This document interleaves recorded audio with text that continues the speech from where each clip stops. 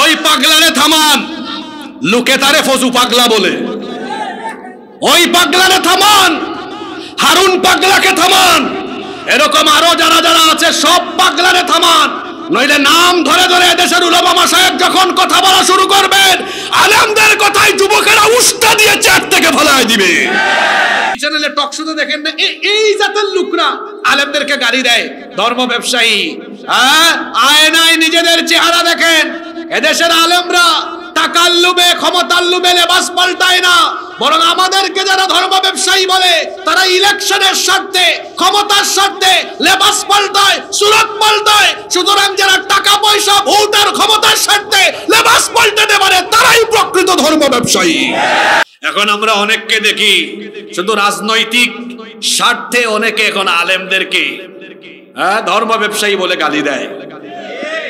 আগে তো থাকতেন ওই পাহাড়ের চিপায় চাপায়, আমরা আসতাম তো মাহফিলে, মাহফিল থেকে যাওয়ার সময় জড়ায় ধরতো, হুজুর আমাদের মনের কথাগুলো আপনারা কইছেন, চিপায় চাপায় জড়ায় ধরতো। এখন যখন সুযোগ পাইলো, এখন কত কথা বলে। একদিকে বলে আমরা মদিনার ইসলাম চাই, অন্যদিকে আলেমদেরকে ধর্ম ব্যবসায়ী বলে গালি দেয়। আচ্ছা, এই যে বলে মদিনার ইসলাম চাই, এটা পুরো সুন্দর কথা, আমরাও মদিনার ইসলাম চাই, কিন্তু মদিনার ইসলামে কি ক্লিন শেপ আছে নাকি? একজন কয় আছে, পাশে যে বসছে একটু ঠেলা দেন, নইলে এখান থেকে পানি নিয়ে বলেন চোখে পানি দিতে, ঘুমাই গেছে। মদিনার ইসলামে কি ক্লিন শেপ আছে? যে লোক এই বক্তব্য দিয়েছে তার মুখে কিন্তু দাঁড়িয়ে নাই, সাফা চাট। এজন্য তার বক্তব্য তাকেই বলছি যে মদিনার ইসলামে তো ক্লিন শেপ নাই। মদিনার ইসলামে মানুষের আইন না আল্লাহর আইন? জোরে বলেন, মদিনার ইসলামে কার আইন? তাহলে ঠিক আছে, আল্লাহর আইনকে গ্রহণ করে নেন। আর খবরদার, আলেমদেরকে ধর্ম ব্যবসায়ী বলার আগে আয়নায় নিজেদের চেহারা দেখে নেন। এদেশের কোন আলেমকে আপনি যদি 10 কোটি টাকা দিয়ে বলেন, অথবা যদি বলেন আপনাকে এমপি বানাই দিব, শর্ত হলো আপনাদের গায়ের জুব্বা, পাঞ্জাবি, টুপি খুলে শার্ট প্যান্ট পরে হাঁটতে হবে আর দাড়ি ফেলে দিয়ে ক্লিন শেভ করতে হবে। একজন আলেম এই প্রস্তাব মানবে? কিন্তু আমাদেরকে যারা ধর্ম ব্যবসায়ী বলে, এদেরকে যদি বলেন ভাই বুট বেড়ে যাবে, শুধু শার্ট প্যান্ট খুলে সাদা পায়জামা পাঞ্জাবি পরেন, পড়বে কি পড়বে না? ভাই সামনে ইলেকশন আসতেছে, একটু হস্তা করে এসে নামের আগে হাজির লাগান, যাবে কি যাবে না? ভাই বুট বেড়ে যাবে, মাথার টুপিটা খুইলেন না, টুপিটা রাখেন, বলবে ঘুমানোর টাইমে পর্যন্ত রাখবো, খুলবো না। ভাই নামাজটা ছাইলেন না, মানুষের থেকে সিম্পিতি নেওয়া যাবে, ভোট বাড়ানো যাবে, তখন দেখা যায় 5 ওয়াক্তের নামাজ 7-8 ওয়াক্ত হইতে পারে। আমার দেশে ইলেকশন আসলে নামাজের সংখ্যা বাড়ে। আপনারা দেখবেন গ্রামে গঞ্জে নামাজের যে টাইম, এর থেকে সেন্ট্রাল মসজিদ, কেন্দ্রীয় মসজিদ বা বাজারের মসজিদে নামাজ আরো 15-20 মিনিট, আধা ঘন্টা পরে হয়। এক ক্যান্ডিডেট ঢুকেছিল গ্রামে গণসংযোগ করার জন্য, এশার আজান হয়েছে, নামাজ পড়েছে এখানে, তারপরে গিয়েছে বাজারে, গিয়ে দেখে এখনো কেন্দ্রীয় মসজিদে আজান হয়েছে। সাঙ্গপাঙ্গরা বলতেছে, লিডার এখানে তো আজান এখনো হয়েছে। কই চুপ, অজু করো আবার, আর থাকলে এমনি ঢুকো, না থাকলে অজু করে আবার ঢুকো। কই লিডার একটু আগে না নামাজ পড়লেন? কয় একদম চুপ, এখন নির্বাচনের সময় যতবার সুযোগ পাবি ততবার নামাজ পড়বি। অবাজি অকল এরকম আছে না নাই? জোরে বলেন, আছে না নাই? এরা আবার দেখবেন আমাদেরকে টিভি চ্যানেলে টক শোতে দেখেন না, এই জাতের লোকরা আলেমদেরকে গালি দেয়, ধর্ম ব্যবসায়ী। আয়নায় নিজেদের চেহারা দেখেন।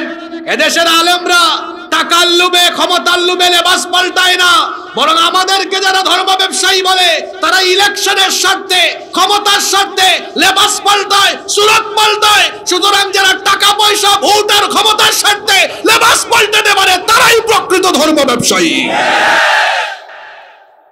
সম্মানিত ভাইয়েরা, মুখের ভাষাকে সংযত করুন, মুখে লাগাম দিন।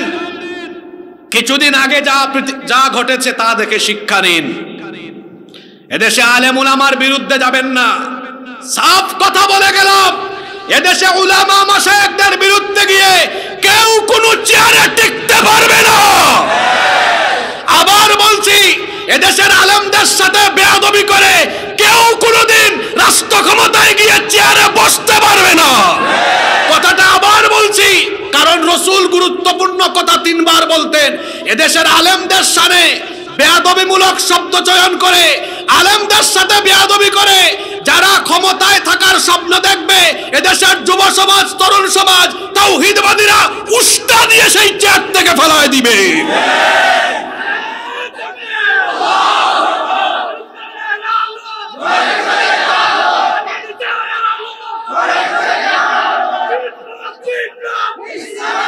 ওই পাগলারে থামান, লোকে তারে ফজু পাগলা বলে। ওই পাগলারে থামান, হারুন পাগলাকে থামান, এরকম আরো যারা যারা আছে সব পাগলারে থামান। নইলে নাম ধরে ধরে দেশের উলামা মাশায়েখ যখন কথা বলা শুরু করবেন, আলেমদের কথাই যুবকেরা উস্তা দিয়ে চেয়ার থেকে ফেলায় দিবে। এই জমিন আপনাকে চিনতে হবে। এটা হযরত শাহজালাল, শাহপরান রহিমাহুল্লাহ, শাহ আমানত, শাহ মখদুম, খান জাহান রহিমাহুল্লাহর জমিন। এই বাংলাদেশে কিন্তু ইসলাম ঢুকেছে চট্টগ্রাম দিয়া, ঠিক আছে না? এই সমুদ্রপথ দিয়ে ইসলাম ঢুকেছে। আর বাংলাদেশের সবগুলো বিপ্লবও কিন্তু বিপ্লবের সূচনা হয়েছে চট্টগ্রাম থেকে। সব বিপ্লবের, আপনি দেখেন স্বাধীনতার বিপ্লব, স্বাধীনতার ঘোষণাটাও হয়েছে চট্টগ্রাম কালুরঘাট বেতার কেন্দ্র থেকে। এই চট্টলার জমিন, এই বীর চট্টলার জমিন, ঐতিহাসিক জমিন। এই চট্টলায় বসে এই কথাটা বলে গেলাম, খবরদার এমন কোন বেয়াদব যেন নতুন বাংলাদেশে আর জন্ম না নেয়, নইলে চট্টলার মাটিতেই চট্টলার বীর জনতা তাদেরকে রুখে দিবে। যদি কেউ কারো উপরে জুলুম করে, সে যেন এই কথা মনে না করে তার জুলুম সম্পর্কে আল্লাহ বেখবর।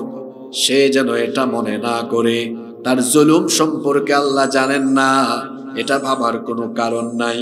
রব্বুল আলামিন কোরআনে কারীমের 14 নম্বর সূরা, সূরা ইব্রাহিমের 42 নম্বর আয়াতে বলছেন, ওয়ালা তাহসাবান্নাল্লাহা গাফিলান আম্মা ইয়ামালু যালিমুন ইন্নামা ইউআখিরুহুম লিয়াউমিন তাশখাসু ফীহিল আবসার। আল্লাহ তাআলা বলছেন, জালিমরা যেন এই কথা মনে না করে যে তাদের জুলুম সম্পর্কে আল্লাহর কোনো ধারণা নাই। তারা যেন এই কথা মনে না করে যে তাদের জুলুম সম্পর্কে আল্লাহ জানেন না, বরং প্রত্যেক জালিম কার উপরে কতটুকু জুলুম করে সেই সম্পর্কে যিনি জানেন, গলার আওয়াজ বড় করে বলেন তিনি কে? আল্লাহ। বুখারী এবং মুসলিম শরীফে হাদিস এসেছে, আবু মুসা আল আশআরী রাদিয়াল্লাহু আনহু হাদিসের বর্ণনাকারী সাহাবী, তিনি বলছেন আল্লাহর নবী বলেছেন, ইন্নাল্লাহা লা ইউমলি লিয-যালিম, নিশ্চয়ই আল্লাহ জালেমদেরকে ঢিল দেন, অবকাশ দেন, সময় দেন, সুযোগ দেন। আল্লাহর একটা সুন্নত হলো, যখন কেউ কারো উপরে জুলুম করে, জুলুম করার সাথে সাথে আল্লাহ শাস্তি দেন না, আল্লাহ একটু সময় দেন, সুযোগ দেন। কারণ আমার আল্লাহর দয়ার পরিমাণ কম না বেশি? আল্লাহর দয়ার পরিমাণ বহুগুণ বেশি। মানুষ যে পাপ করে, মানুষ যে অন্যায় করে, সেই পাপ কিংবা অন্যায়ের শাস্তি যদি আল্লাহ সাথে সাথে দিয়ে দিতেন, তাহলে একটা মানুষও পৃথিবীতে 1 সেকেন্ড বেঁচে থাকার কোনো সুযোগ পেত। কারণ শয়তান তো আমাদেরকে এমনি খুঁচায়, শয়তান তো আমাদেরকে তার প্রতারণার জাল বিস্তার করে গুনাহের দিকে ধাবিত করে দিতে চায়, এমনকি ভুলবশত গুনাহ করায় ফেলে। এজন্য তো একটা হাদিস আছে, কুল্লু ইবনে আদামা খাত্তাউন। মুসলিম শরীফের হাদিস, আল্লাহর নবী বলেছেন, প্রত্যেকটি মানব সন্তান ভুল করে। ভুল করাটা অপরাধ নয়, বরং ভুল করার পরে ভুলের উপরে অটল থাকাটা হলো অপরাধ। এজন্য আল্লাহর নবী বলেছেন, কুল্লু ইবনে আদামা খাত্তাউন, প্রত্যেক বনি আদম ভুল করে। ওয়া খায়রুল খাত্তাইন আত-তাওয়াবিন, আর যারা ভুল করে তাদের মধ্যে আল্লাহর কাছে সবচেয়ে পছন্দের বান্দা হলো তারা ভুল করার পরে সাথে সাথে তওবা করে আল্লাহর কাছে মাফ চায় যারা, আল্লাহর সবচাইতে প্রিয় বান্দা হলো তারা। এজন্য ভুল হতেই পারে, ভুল হওয়াটা অস্বাভাবিক নয়। ভুল করার পরে ভুলের উপরে টিকে থাকা হলো শয়তানের কাজ, আর ভুল করার পরে ক্ষমা চাওয়া হচ্ছে আদমের কাজ। আমাদের বাবা আদম আলাইহিস সালাম, তিনিও একটা ভুল করেছিলেন। ওইদিকে শয়তানও একটা ভুল করেছিল। ইবলিস ভুল করার পরে ঘাউরামি করেছে, ঘাড়তেরামি করে বলেছে, আমি কেন ক্ষমা চাইবো? আমি তো এটা, আমি তো সেটা, আমি আগুনের তৈরি, আমি কেন তারে সাজদা দিব, এক্সেট্রা অনেক কিছু বলেছে। ভুল করার পরে ভুলটা স্বীকার করে নাই। আর আমাদের বাবা আদম আলাইহিস সালাম, তিনিও ভুল করেছিলেন, কিন্তু ভুল করার পরে ভুলের উপরে অটল থাকেন নাই। তিনি পড়ে নিয়েছেন, রব্বানা যালামনা আনফুসানা ওয়া ইল্লাম তাগফির লানা ওয়া তারহামনা লানাকুনান্না মিনাল খাসিরিন। ভুল করার পরে আল্লাহর কাছে ক্ষমা চেয়ে নিয়েছেন। ভুল আমাদের হতেই পারে। ভুল করার পরে আল্লাহ তাআলা সাথে সাথে শাস্তি দেন না। যদি আল্লাহ সাথে সাথে শাস্তি দিতেন, তাহলে বলেন তো দুনিয়ার কোন জালেম মানুষের উপরে কি জুলুম করতে পারতো নাকি? আল্লাহর একটা সুন্নত হলো, জুলুম করলে আল্লাহ সাথে সাথে শাস্তি দেন না। আল্লাহ একটু সময় দেন, সুযোগ দেন, দেখি সে তার জুলুম থেকে ফিরে আসে কিনা, অনুতপ্ত হয় কিনা, অনুশোচনা বোধ করে কিনা। সময় পাওয়ার পরে, সুযোগ পাওয়ার পরে, সময় এবং সুযোগকে কাজে না লাগিয়ে বরং সময় যাওয়ার সাথে সাথে যারা আরো বেশি অহংকারী, আরো বেশি অত্যাচারী, আরো বেশি জালেম হয়ে উঠে, তখন আল্লাহ তাআলা এদেরকে ধরেন। আর আল্লাহর ধরা কিন্তু সহজ না। ইন্না বাতশা রাব্বিকা লাশাদীদ, নিশ্চয়ই তোমার রবের ধরা হলো বড় কঠিন। এজন্যই হাদিসে এসেছে, আল্লাহর নবী বলেছেন, ইন্নাল্লাহা লা ইউমলি লিয-যালিম, নিশ্চয়ই আল্লাহ জালেমদেরকে সুযোগ দেন, সময় দেন, অবকাশ দেন। এই সময় সুযোগ পাওয়ার পরে যারা সময় সুযোগকে কাজে না লাগিয়ে আরো বেশি অত্যাচারী, আরো বেশি অহংকারী হয়ে ওঠে, ফাইদা আখাযাহু, অতঃপর আল্লাহ যখন তাদেরকে ধরেন, লাম ইউফলিতহু, তখন আর ছাড়েন না। আল্লাহ ধরেন না, ধরেন না, ধরেন না। যখন আল্লাহ ধরেন তখন আর।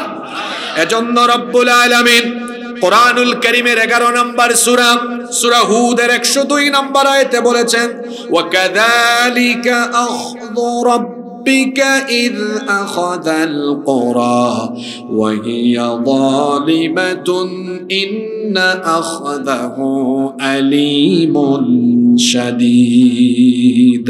আল্লাহ তাআলা বলছেন, এইভাবে করে তোমার রব যখন কোন জনপদের জালিমদেরকে ধরেন, কঠিন ভাবে ধরেন। আল্লাহ যখন ধরেন, বড় শক্ত করে ধরেন। রব্বুল আলামিন কোরআন কারীমের 22 নম্বর সূরা, সূরাতুল হজের 45 নম্বর আয়াতে বলছেন, ফাকাআইয়িম মিন ক্বরয়াতিন আহলাকনাহা ওয়া হিয়া যালিমাতুন ফাহিয়া খাওয়িয়াতুন আলা উরুশিহা ওয়া বি'রিম মুআত্তাদাতিন ওয়া কসরিম মাশীদ। আল্লাহ তাআলা বলছেন, এমন বহু এলাকা আছে, এমন বহু জনপদ আছে, যেই জনপদের অধিবাসীরা ছিল জালেম। তাদের জুলুমের কারণে আল্লাহ যখন তাদেরকে ধরেছেন, এমন ভাবে আল্লাহ তাদেরকে শাস্তি দিয়েছেন, তাদের ঘরের ছাদ সহ উল্টায়া দিয়া, তাদের পুরো এলাকার কুয়া সমূহকে পরিত্যক্ত বানিয়ে দিয়ে, তাদের বিরাট বিরাট সুরম্য উচ্চ পাহাড়গুলোকে মাটির সাথে ধসায়া দিয়া, সেই জালেমদের 14 গোষ্ঠীকে যিনি ধ্বংস করে দিয়েছেন, জোরে বলেন তিনি কে?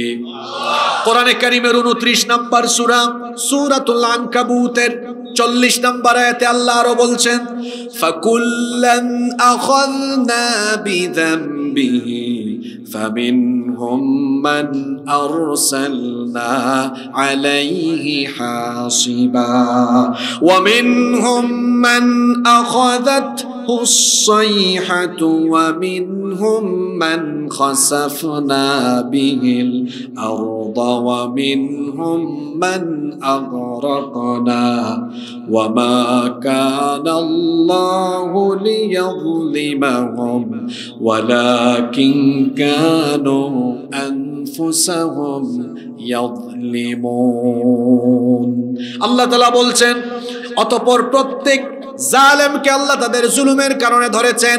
ফামিনহুম মান আরসালনা আলাইহি হাসিবা, অতঃপর তাদের কাউকে কাউকে তাদের জুলুমের কারণে আসমান থেকে পাথরকুচি পাথরের বৃষ্টি পাঠিয়ে আল্লাহ সমূলে তাদেরকে ধ্বংস করে দিয়েছেন। ওয়ামিনহুম মান খাসাফনা বিহিল আরদ, তাদের মধ্যে কোন কোন জালেমকে আল্লাহ তাআলা জমিন উল্টাইয়া ধ্বংস করে দিয়েছেন।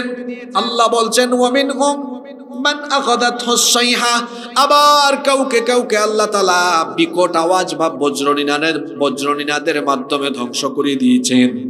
ওয়ামিনহুম মান আগরাকনা, আবার কাউকে কাউকে তাদের জুলুমের কারণে পানিতে ডুবিয়ে মেরেছেন। আল্লাহ বলছেন ওয়ামা কানাল্লাহু লিয়াযলিমাহুম, আল্লাহ কারো উপরে জুলুম করেন নাই, ওয়ালাকিন কানু আনফুসাহুম ইয়াযলিমুন, বরং তারা নিজেরা নিজেদের উপর জুলুম করেছে। অর্থাৎ তারা যখন জুলুম করেছে তখনই আল্লাহর গজবে পড়েছে। এতগুলো আয়াত আর এই সবগুলো হাদিস আমাদেরকে কি বার্তা দিল? পৃথিবীতে আল্লাহ তাআলা যুগে যুগে কালে কালে যত রকমের জালেম ছিল আল্লাহ সবগুলারে ধরেছেন। কাউকে আল্লাহ কখনো জুলুমের প্রাপ্য না বুঝাইয়া মৃত্যু দেন নাই। নমরুদ থেকে নিয়ে ফেরাউন, ফেরাউন থেকে নিয়ে আবু লাহাব, আবু জাহাল, উতবা, শাইবা, যুগে যুগে যারাই যখন জুলুম করেছে আল্লাহ প্রথমে তাদেরকে চান্স দিয়েছেন, সুযোগ দিয়েছেন। এই সময় আর সুযোগ পাওয়ার পরেও যারা জুলুম থেকে বিরত না হয়ে আরো বেশি অহংকারী হয়ে আরো বেশি অত্যাচারী হয়ে উঠেছে, একটা পর্যায়ে আল্লাহ যখন তাদের জুলুমের কারণে তাদেরকে ধরেছেন, এমন ভাবে ধরেছেন একেবারে নাস্তানাবুদ করে আল্লাহর গজব দিয়ে বেইজ্জতির সাথে দুনিয়া থেকে বিদায় করে দিয়েছেন। তার মানে এখান থেকে একটা শিক্ষা পাওয়া গেল, যুগে যুগে আল্লাহ তাআলা জালেমদেরকে সময় সুযোগ দেওয়ার পরে যারা জুলুম থেকে বিরত হলো না আল্লাহ সবাইকে ধরেছেন। ঠিক একইভাবে আজ থেকে নিয়ে কিয়ামত অবধি এইভাবে করে যারাই মানুষের উপর জুলুম করার পরে অহংকারী হয়ে উঠে আরো বেশি অত্যাচারী হবে, আল্লাহ হয়তো সুযোগ প্রথমে দিবেন, ধরবেন না, কিন্তু আমার আল্লাহ হলেন এমন মহাপ্রতাপশালী, তিনি যখন ধরবেন এমন ভাবে ধরবেন ক্ষমতার চেয়ার, টাকা পয়সা, আধিপত্য, ক্ষমতা সবকিছু একেবারে রসাতলে যাবে। অবস্থা এমন হবে জান বাঁচানোর জন্য তখন পাহাড়ের চিপা চাপা দিয়া জান বাঁচানোর জন্য চোরের মতো পালিয়ে যাওয়ার পরিস্থিতি হয়ে যাবে। জুলুমের শাস্তি এমন, আল্লাহ ধরেন না, যখন আল্লাহ ধরবেন তখন আর জুলুম হলো এমন। আল্লাহর নবী বলেছেন ইত্তাকু দাওয়াতাল মাজলুম, মজলুমের বদদুয়া থেকে নিজেকে বাঁচাও। কারণ হলো মজলুম যখন মজলুম হওয়ার পরে আল্লাহর কাছে দোয়া করে, আল্লাহর নবী বলেছেন মজলুম আর আল্লাহর মাঝে ফাইন্নাহু লাইসা দুনাহা হিজাব, মজলুম আর আল্লাহর মাঝখানে কোনো পর্দা নাই। আল্লাহু আকবার। তার মানে মজলুমের প্রতিটা কথা সরাসরি যিনি শুনেন, জুড়ে বলেন তিনি কে? এই জন্য আমি বলি মজলুমের চোখের পানি এটা শুধু পানি নয়, মজলুমের চক্ষু থেকে যখন পানি বের হয় এই পানির ফুটাগুলো অভিশাপ হয়ে তরবারির চাইতেও আরো ভয়ঙ্কর হয়ে জালিমের জন্য অভিশাপ হিসাবে ফিরে আসে। আর এগুলো যখন জালিমের জন্য অভিশাপ হয়ে ফিরে আসে তখন জালিমেরা এমন পরিস্থিতিতে পড়ে, বন্যা আসলে যেমন বন্যার পানি খড়কুটা ভাসিয়ে নিয়ে চলে যায়, মজলুমের চোখের পানি যখন অভিশাপ হয়ে ফিরে আসে, মজলুমের চোখের পানিতে জালেম তখন ধ্বংস হয়ে ভেসে চলে যায়।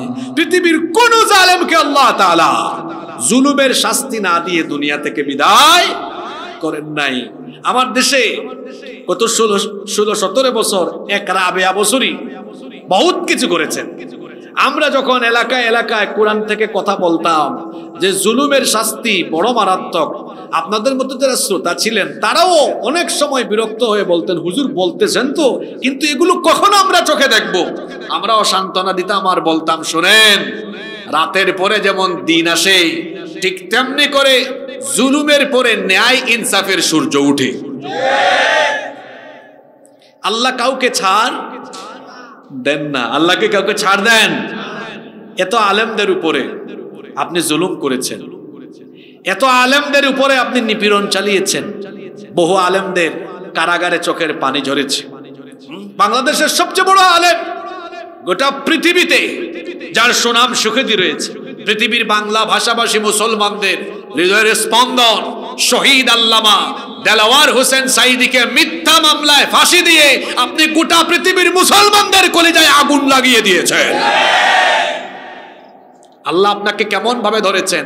আপনার বানানো ওই ট্রাইব্যুনালেই আপনার বিচার হয়ে আপনার রায় হয়েছে। এটা আল্লাহ তাআলার এক মহাবিচার, আপনার বানানো ট্রাইব্যুনালে আপনার বিচার। কিন্তু এখানে একটা আশ্চর্যের ব্যাপার আছে, সেটা হলো শহীদ আল্লামা সাঈদীকে যখন মিথ্যা মামলার রায় দেওয়া হলো, এখানে আপনারা যারা আছেন বলেন, দল মত নির্বিশেষে আপনাদের খারাপ লাগছে কি লাগে নাই? অনেক মহিলারা কেঁদেছে, নারীরা কেঁদেছে, পুরুষরা কেঁদেছে। শুধু কাঁদে নাই, মানুষ রাস্তায় গিয়ে প্রতিবাদ করেছে, শত শত মানুষ বুকের তাজা রক্ত ঢেলে দিয়ে জীবন পর্যন্ত দিয়ে দিয়েছে। কিন্তু আপনি কেমন শুনেন আপনার রায়ের পরে? আরে মানুষ তো দূরের কথা, একটা কুত্তাও প্রতিবাদ জানায় নাই। কথা ঠিক না বেঠিক? আপনারা যারা আপা আপা ডেকে জীবন দিয়ে দেয়, ওরাও আপনার সাথে প্রতারণা করেছে, ওরা পর্যন্ত বের হয়ে একটা সাউন্ড করতে পারে নাই, আপনার জন্য লজ্জা।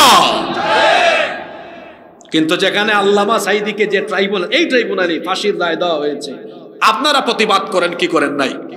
আমরাও করেছি। আমি আল্লামা সাঈদীর জানাজায় গিয়েছি, সেখানেও বক্তৃতা করেছি, আপনার সমালোচনা করেছি। পরবর্তী জুমায় আমার এই বক্তব্য রেকর্ড আছে ইউটিউবে, আপনারা এটা শুনবেন। ঠিক পরবর্তী জুমায় ওসি সাহেব আমাকে বলেছেন, এই বিষয়ে আপনি কথা বলবেন না, আপনাকে গ্রেফতার করব। লোকজন এসেছে, গ্রেফতারের কথা বলেছে, তাও বলেছি গ্রেফতার করেও আমাদের মুখের ভাষা কখনো বন্ধ করা যাবে না। আমরা দেশে ছিলাম, পালিয়ে যাইনি। আমরা গুলির সামনে, হ্যান্ডকাপের সামনে আপনারা দেখাইছেন আমাদেরকে, আমাদের বাসায় পুলিশ পাঠানো হয়েছে, কিছুদিন পর পর পুলিশ পাঠানো হয়েছে, পুলিশ দিয়ে হয়রানি করেছেন। আমরা চোরের মতো পালিয়ে যাইনি, কারণ আমরা এই দেশের মানুষ। আমরা পালাবো কেন? বরং যারা দেশের বিরুদ্ধে কাজ করে তারাই চোরের মতো পালিয়ে যেতে পারে।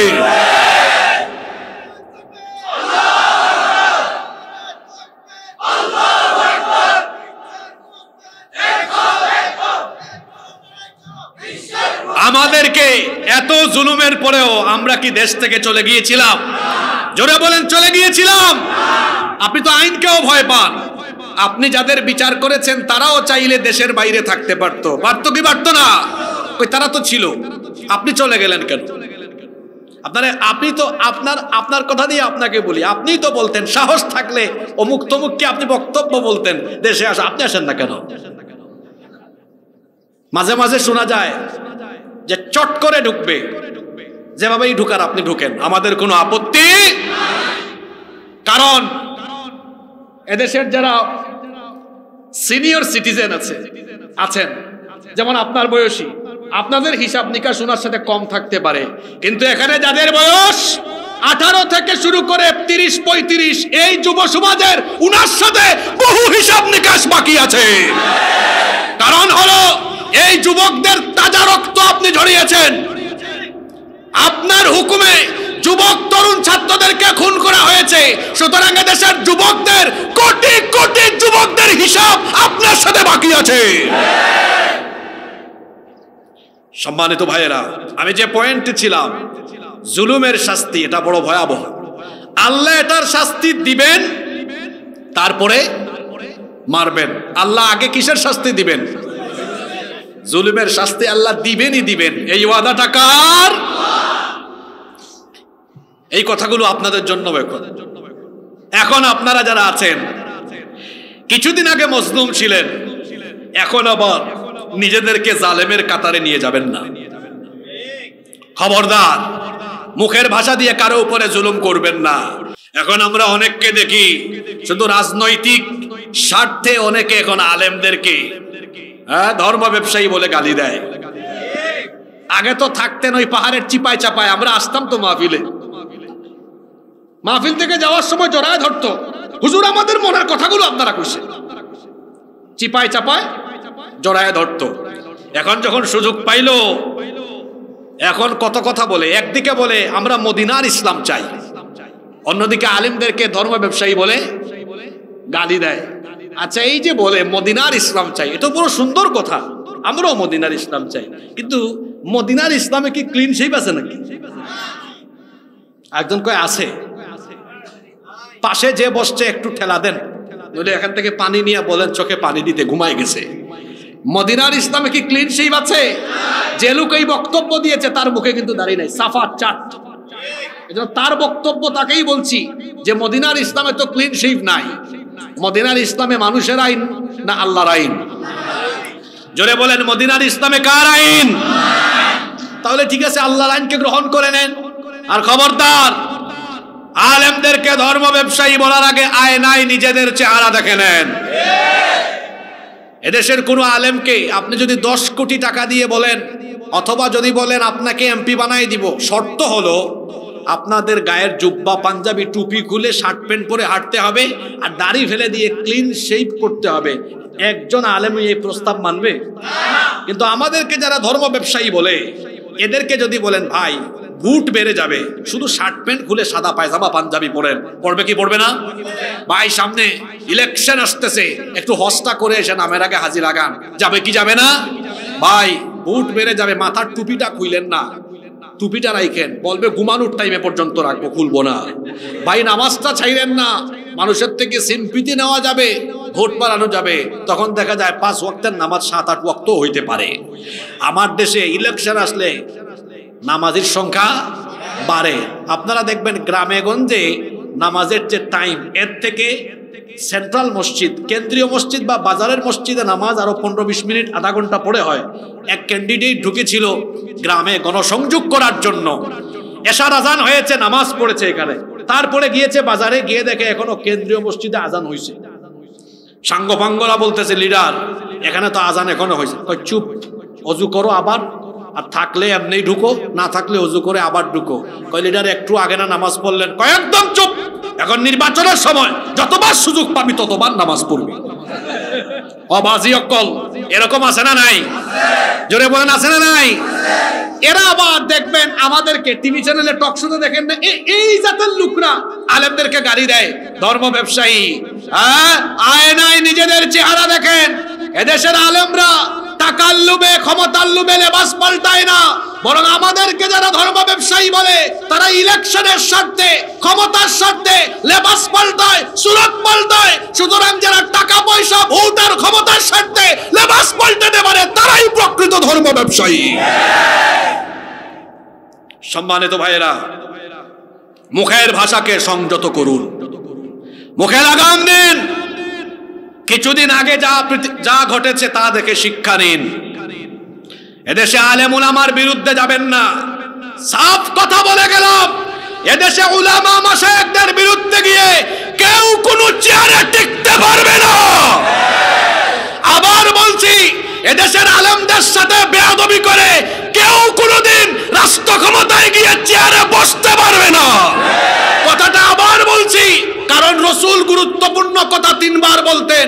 এদেশের আলেমদের সামনে বেয়াদবিমূলক শব্দ চয়ন করে, আলেমদের সাথে বেয়াদবি করে যারা ক্ষমতায় থাকার স্বপ্ন দেখবে, এদেশের যুব সমাজ, তরুণ সমাজ, তাওহীদবাদীরা উস্কা দিয়ে সেই চেয়ার থেকে ফেলায় দিবে।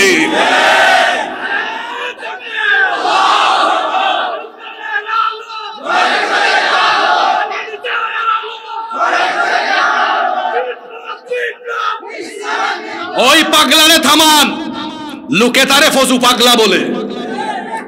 ওই পাগলারে থামান, হারুন পাগলাকে থামান, এরকম আরো যারা যারা আছে সব পাগলারে থামান। নইলে নাম ধরে ধরে দেশের উলামা মাশায়েখ যখন কথা বলা শুরু করবেন, আলেমদের কথাই যুবকেরা উস্কা দিয়ে চেয়ার থেকে ফেলায় দিবে। এই জমিন আপনাকে চিনতে হবে। এটা হযরত শাহজালাল, শাহপরান রহিমাহুল্লাহ, শাহ আমানত, শাহ মখদুম, খান জাহান রহিমাহুল্লাহর জমিন। এই বাংলাদেশে কিন্তু ইসলাম ঢুকেছে চট্টগ্রাম দিয়া, ঠিক আছে না? এই সমুদ্রপথ দিয়ে ইসলাম ঢুকেছে।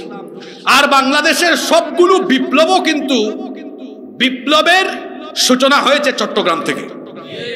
সব বিপ্লবের, আপনি দেখেন স্বাধীনতার বিপ্লব, স্বাধীনতার ঘোষণাটাও হয়েছে চট্টগ্রাম কালুরঘাট বেতার কেন্দ্র থেকে। এই চট্টলার জমিন এই বীর চট্টলার জমিন ঐতিহাসিক জমিন, এই চট্টলায় বসে এই কথাটা বলে গেলাম, খবরদার এমন কোন বেয়াদব যেন নতুন বাংলাদেশে আর জন্ম না নেয়, নইলে চট্টলার মাটিতেই চট্টলার বীর জনতা তাদেরকে রুখে দিবে।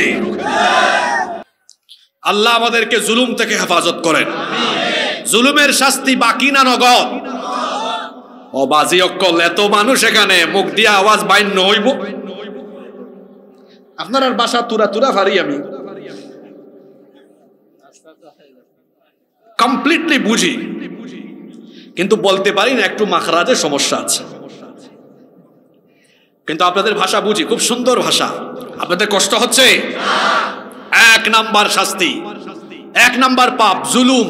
এটার শাস্তি নগদ না বাকিতে? এজন্য আমরা কখনো কারো উপরে জুলুম করব, কোন মানুষের উপর আমরা জুলুম করব না। আমরা প্রত্যেকের সাথে সুন্দর সৌহার্দ্যমূলক আন্তরিক সম্পর্ক রাখবো ইনশাআল্লাহ। নাম্বার 2, 2 নাম্বার যে পাপ, যেটার শাস্তি আল্লাহ নগদে দুনিয়ায় দিবেন, সেটা হলো আব্বা আম্মার সাথে বেয়াদবি করার শাস্তি। পিতা মাতার সাথে যারা বেয়াদবি করবে, নিজের বাবা মায়ের সাথে যারা অসদাচরণ করবে, পিতা মাতাকে যারা কষ্ট দিবে, আব্বা আম্মার মনে যারা আঘাত দিবে, তারা এই দুনিয়াতে মরার আগে শাস্তি পেয়ে যাবে। কারণ পিতা মাতাকে আঘাত করলে আমার আল্লাহ বরদাস্ত করেন না। এই জন্য খবরদার নিজের বাবা মায়ের সাথে কখনো বেয়াদবি করবেন না। আনাস রাদিয়াল্লাহু আনহু এই হাদিসটি বর্ণনা করেছেন। তিনি বলেছেন, আল্লাহর রাসূল বলেছেন, বাবানি মুআজ্জিলানি উকুবাতুহুমা ফিদ দুনিয়া, 2টা পাপ এমন রয়েছে যেই পাপের শাস্তি আল্লাহ তাআলা দুনিয়াতে খুব তাড়াতাড়ি দিয়ে দেন। 2টা পাপের দরজা এমন, এই পাপের দরজা দিয়ে যারাই ঢুকে তাদেরকে সাথে সাথে আল্লাহ তড়িঘড়ি করে শাস্তি দিয়ে দেন। 1 নাম্বার হচ্ছে আল বাগি, আল্লাহর সাথে সীমা লঙ্ঘন। 2 নাম্বার হচ্ছে উকুকুল ওয়ালিদাইন, পিতামাতার সাথে বেয়াদবি করা, পিতামাতাকে কষ্ট দেওয়া, পিতামাতার অবাধ্য হওয়া। পিতামাতাকে যারা আঘাত দিবে, কষ্ট দিবে, দুঃখ দিবে, এদেরকে দুনিয়াতে মরার আগে যিনি শাস্তি দিবেন, গলার আওয়াজ বড় করে বলেন, তিনি কে? খবরদার, খবরদার, খবরদার, নিজের আব্বাকে নিজের আম্মাকে কখনো কষ্ট দিবেন না, বরং পিতামাতাকে মাথার তাজ বানায় রাখবেন, সম্মানের জায়গায় রাখবেন। কথা বলার সময় কণ্ঠ উঁচু করে, হার্ড ভয়েসে, শক্ত করে কখনো কথা বলবেন না। সফট ভয়েসে, নরম করে, বিনয়ের সাথে, সম্মানের সাথে নিজের বাবা মায়ের সাথে কথা বলতে হবে। জোরে বলেন তো, হুকুমটা কার? রব্বুল আলামিন বলছেন, ইম্মা ইয়াবলুগান্না ইনদাকাল কিবারা আহাদুহুমা আও কিলাহুমা ফালা তাকুল লাহুমা উফফিন ওয়ালা তানহারহুমা ওয়া কুল লাহুমা কওলান কারীমা। তোমাদের আব্বা আম্মা 2 জন অথবা 1 জন যখন বার্ধক্য বয়সে চলে যাবেন, তখন ফালা তাকুল লাহুমা উফ, বিরক্ত হয়ে কখনো উফ শব্দ বলবে না। ওয়ালা তানহারহুমা, তোমার আব্বা আম্মাকে ধমকাবে না। শক্ত গলায়, বড় গলায়, কণ্ঠ উঁচু করে কথা বলবে না। আমরা বললাম, আল্লাহ কেমনে আমরা আমাদের আব্বা আম্মার সাথে কথা বলবো, আপনি আমাদেরকে শিখায় দেন। আল্লাহ বললেন, তোরে শিখায় দিলাম কিভাবে তোর আব্বা আম্মার সাথে কথা বলবি, শোন।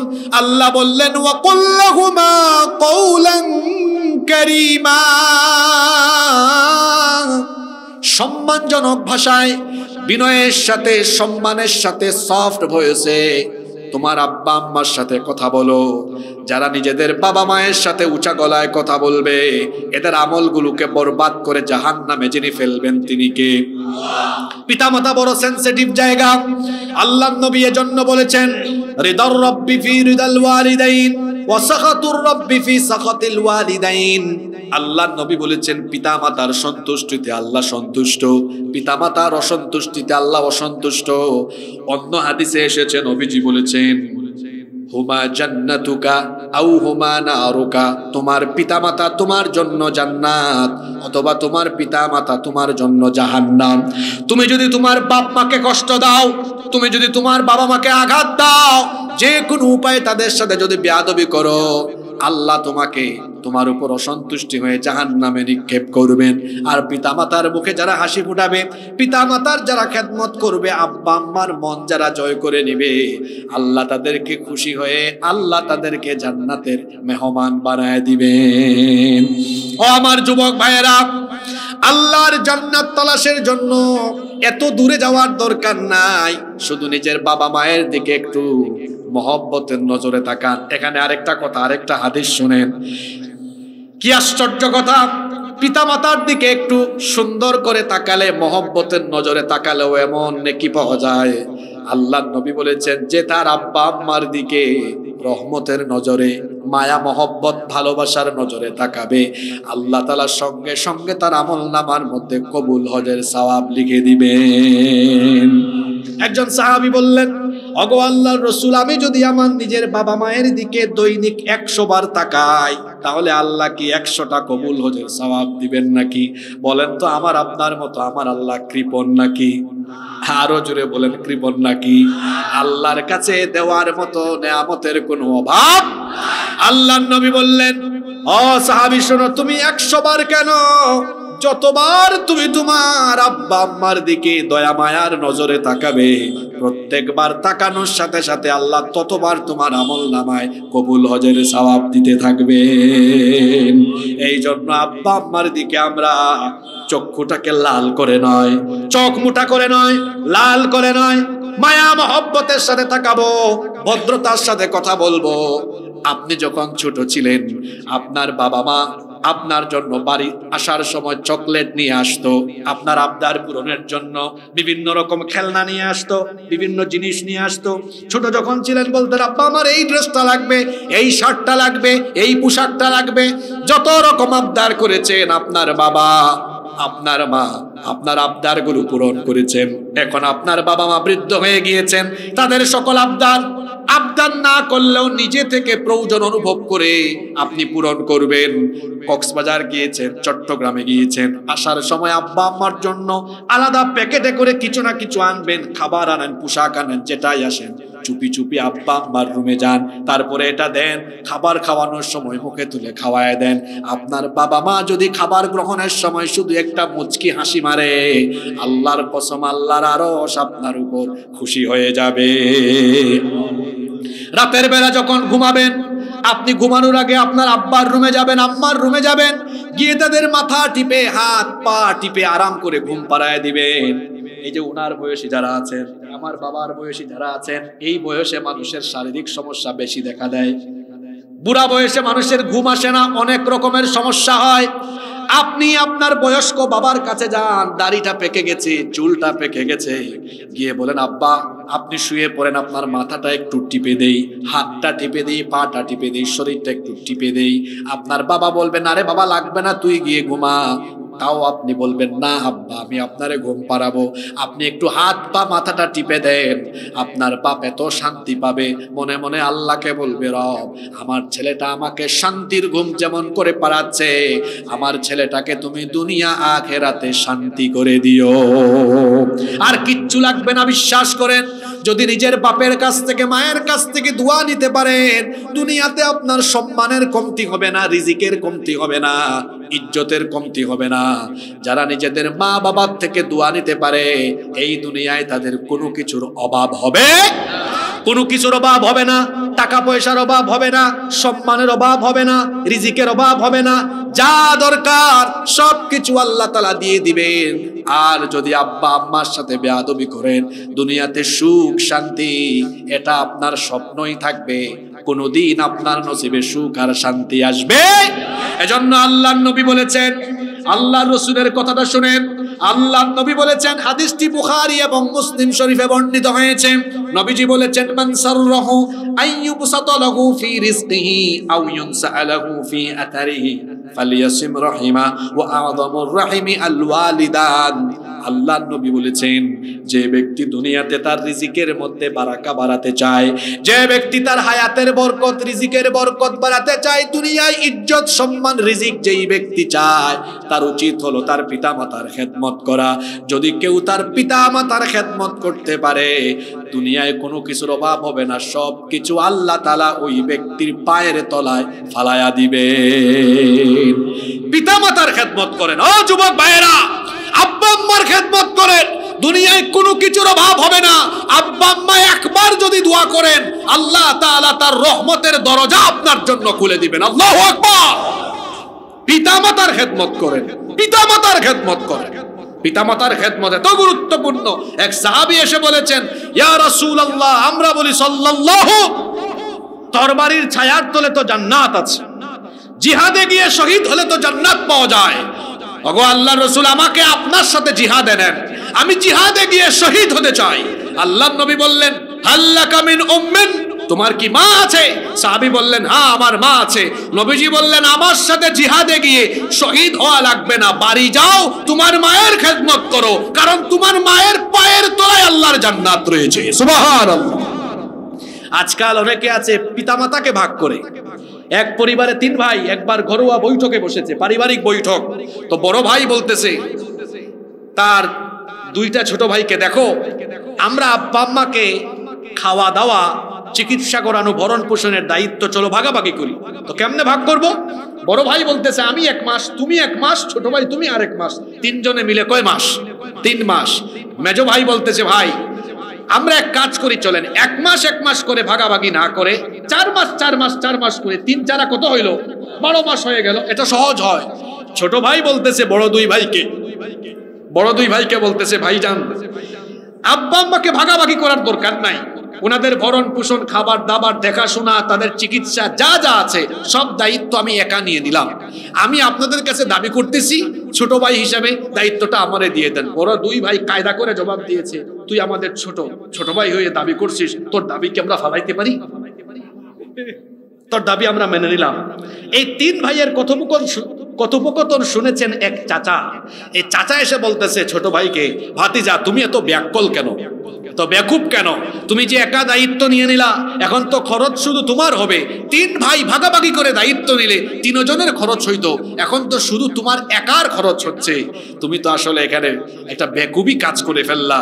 ওই ছেলে তখন বলল, চাচা আপনি কিছু মনে করেন না, আপনিও ব্যাকুল, আমার 2 ভাই তারাও ব্যাকুল। চাচা বলতেছে, কেন আমাকে এই কথা বললা? এখন এই ছেলে বলতেছে, আমি হিসাব নিকাশ ভালোই জানি, আমার 2 ভাই বোকাশোকা না হলে এই কাজটা করতো না। আমার পিতামাতাকে খাওয়ালে, চিকিৎসা করালে, তাদের জন্য খরচ করলে বাহ্যিক দৃষ্টিতে আপনার মনে হচ্ছে আমার টাকা পয়সা সম্পদ কমে যাচ্ছে, কিন্তু আমি এটা বুঝতেছি আমার টাকা পয়সা তো আমার নয়, দিয়েছেন কে? তো এগুলো যদি আমার বাপ মায়ের পিছনে আমি ঢেলে দেই, তাহলে আল্লাহ তার রহমতের দরজা যখন খুলে দিবেন, এত সম্পদ আমার কাছে আসতে পারে, পায়ের তলায় আল্লাহ গোটা দুনিয়ার নেয়ামত ফেলে দিতে পারেন। আল্লাহু আকবার।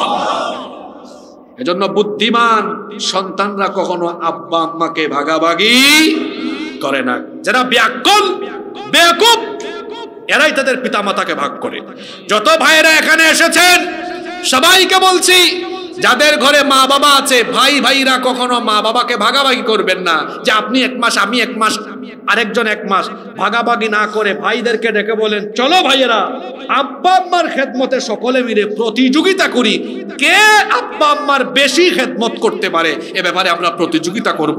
কারণ আল্লাহই তো ভালো কাজে প্রতিযোগিতা করতে বলেছেন, তাআওয়ানু আলাল বিররি ওয়াত তাকওয়া, কল্যাণের কাজে, সৎকর্মে, তাকওয়ার কাজে প্রতিযোগিতা করো। ওয়ালা তাআওয়ানু আলাল ইসমি ওয়াল উদওয়ান, পাপাচারের কাজে, সীমালঙ্ঘনের কাজে কখনো প্রতিযোগিতা হয় না, প্রতিযোগিতা করতে হয় ভালো কাজে। যিনি বলেছেন তিনি কে? আমরা 2 ভাই, আমরা প্রতিযোগিতা করতে পারি কিভাবে? উনি আব্বাকে আজকে আসার সময় একটু আপেল এনে খাওয়াইছেন, কালকে আমি আপেলও আনবো, সাথে আঙ্গুরও নিয়ে আসবো। এটার নাম কি? প্রতিযোগিতা। ঈদ আসছে, আমার ভাই দিয়েছেন তার মাকে 1000 টাকার শাড়ি, আমি চেষ্টা করব আরো 200-300 টাকা দিয়ে বাড়াইয়া করতে। আব্বা আম্মার ক্ষেত্রে প্রতিযোগিতা করতে হয়, বাবা মাকে কখনো ভাগাভাগি করা যায় না।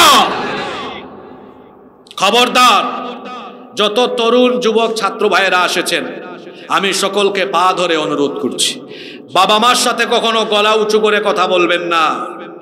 একবার যদি গলা উঁচু করে কথা বলেছেন, সারা জীবনের সব আমল বরবাদ যিনি করে দিবেন তিনি কে? পিতা মাতার সাথে সফট ভয়েসে কথা বলবেন, নরম স্বরে, শ্রদ্ধার সাথে, সম্মানের সাথে কথা বলতে হবে। হুকুমটা কার? এক বিয়াক্কল এসে বলতেছে, হুজুর আমি বিয়ে করার পর আমার বউয়ের উপর আবার বাবা আমার মা জুলুম করে। আর আল্লাহ বলেছেন তোমার বাপ যদি কাফের হয়, তোমার মা যদি কাফেরও হয়, চুপ, আওয়াজ করতে পারবে না। ওয়াসাহিবহুমা ফিদ দুনিয়া মা'রুফা, দুনিয়ায় তাদের সাথে সদাচরণ করতে হবে, ভালো আচরণ করতে হবে। হুকুমটা কার? মা বাবার ব্যাপারে তুমি কিসের অভিযোগ দাও? এত বড় সাহস তোমার কি করে হলো? রাসূলের কাছে এক সাহাবী, যেমন তেমন সাহাবী নয়, যিনি সবচাইতে বেশি হাদিস বর্ণনা করেছেন, সেই সাহাবীর নাম কি? আবু হুরায়রা রাদিয়াল্লাহু আনহু এসেছেন, এসে বলছেন আমার মা আমাকে মেরেছেন। রাসূল বলেছেন তো আমি কি করতাম? তোমার মা তোমাকে মেরেছেন, আমার কিচ্ছু করার নাই। তোমার মা তোমাকে মারলেও বকলেও তার খেদমত করতে হবে। সুবহানাল্লাহ পড়বেন না? সুতরাং যত যুবক তরুণ ভাইয়েরা এসেছেন, আমি অনুরোধ করছি পিতামাতাকে কষ্ট দিবেন না। কারণ পিতামাতার অবাধ্য হলে এই পাপটা এমন জঘন্য, শাস্তি বাকি না নগদ। আমার বয়স তো খুব বেশি না, 30 বছর মাত্র, কিন্তু আপনাদের সামনে আল্লাহ কথা বলাবেন, জনগণের সামনে আল্লাহ আমাকে কথা বলাবেন বলেই হয়তো আল্লাহ অনেক জায়গার দৃশ্যগুলো চোখের সামনে দেখিয়েছেন অভিজ্ঞতার জন্য। নিজের চোখে দেখেছি, আল্লাহ দেখিয়েছেন পিতামাতার সাথে বেয়াদবির ফলে এমন পরিণতি হয়েছে ভিক্ষা করেও এখন খাইতে পারে না। নিজের চোখে আল্লাহ দেখিয়েছেন আমাকে। আব্বা আম্মাকে কষ্ট দিয়েছে, এমন অবস্থায় পড়েছে খাইতে পারে না, চলতে পারে না, ইজ্জত নাই, সম্মান নাই, রিজিক নাই, বেইজ্জতির জীবন লাভ করেছে। আর আপনারা দেখবেন পৃথিবীতে যারা সফল হয়েছেন, বড় হয়েছেন, প্রত্যেকেই তাদের বাবা মায়ের দুয়ার বরকতে হয়েছে। ঠিক না বেঠিক? এজন্য বাবা মায়ের দুয়ার দরকার আছে না নাই? আরো জোরে বলেন, বাবা মায়ের দুয়ার দরকার আছে না নাই? আব্বা আম্মার দোয়া এত গুরুত্বপূর্ণ, বাবা মা যখন সন্তানের জন্য দোয়া করেন আল্লাহ ডাইরেক্ট এই দোয়া কবুল করেন। আমার দেশে অনেকে আছে মাজারে গিয়ে গিয়ে টাকা দেয়, সাজদা দেয়। চট্টগ্রামে এগুলো অনেক বেশি আছে না নাই? হ্যাঁ, অনেকে আছে তার বাবার মাজারের উপর মশারি টানায়। আরে বাপরে বাপ, হিন্দুরা নিয়ে গেছে সব মা, আর এরা নিয়ে গেছে সব বাবা। কথা বুঝেন নাই? হিন্দুদের সব দেবতা এগুলা কি বাপ না মা? বুঝেন নাই আপনারা? আর হেরা নিয়ে গেছে সব কি শেরালি বাবা, মেরালি বাবা, বদনা বাবা, টাকি বাবা, ডাইল বাবা, চাল বাবা, এমন কি বাংলাদেশে আছে জামাই বাবা, বউ বাবা। আপনারা হাসতেছেন, এখন তো গুগল শরীফ আছে, যান গুগল শরীফে গিয়ে সার্চ করেন, আপনি পেয়ে যাবেন। তো ওই রাজবাড়ি, ফরিদপুরের পরের জেলা রাজবাড়িতে আমি 2-3 বছর আগে এক জায়গায় মাহফিলে যাচ্ছি, দেখি বিরাট বড় গেট, সেখানে লেখা জামাই পাগল বাবার দরবার শরীফ। কি আশ্চর্য! আমি ছবি তুললাম, আমার ভেরিফাইড ফেসবুক পেজে এখনো সেই ছবিটা আছে। আমি ছবিটা তুলে ফেসবুকে পোস্ট করলাম। আমি তো খুব মারাত্মক এক দরবার পেয়েছি, জামাই পাগল দরবার, জামাই পাগল বাবার দরবার শরীফ। জানি না বাংলাদেশে কোথাও বউ পাগল কোনো বাবা আছে কিনা। 5 মিনিটের মাথায় একজন কমেন্টে একদম ছবি সহ দিয়েছে মুন্সিগঞ্জের গজারিয়া থেকে, বলতেছে হুজুর মুন্সিগঞ্জের গজারিয়া আমার বাড়ি, এখানে তো বউ মস্তান সার মাজার আছে। কি আজীব বাংলাদেশ, এখানে জামাই পাগলও আছে, বউ পাগলও। আমার কথা শুনে আবার মনে করবেন না যে ওলিয়া উলিয়াদের কারণে বাংলাদেশে ইসলাম পেলাম, তো হুজুর কি ওলিয়া উলিয়া বিরোধী নাকি? আপনি কারে ওলিয়া উলিয়া চিনান? আমারে আপনি চিনেন? আমার বাড়ি যে এলাকায়, ওখানে 360 আউলিয়া এসেছেন। সিলেটে কতজন আউলিয়া এসেছেন? 360। বাংলাদেশের সবচেয়ে বেশি ওলিয়া উলিয়া এসেছেন সিলেটে।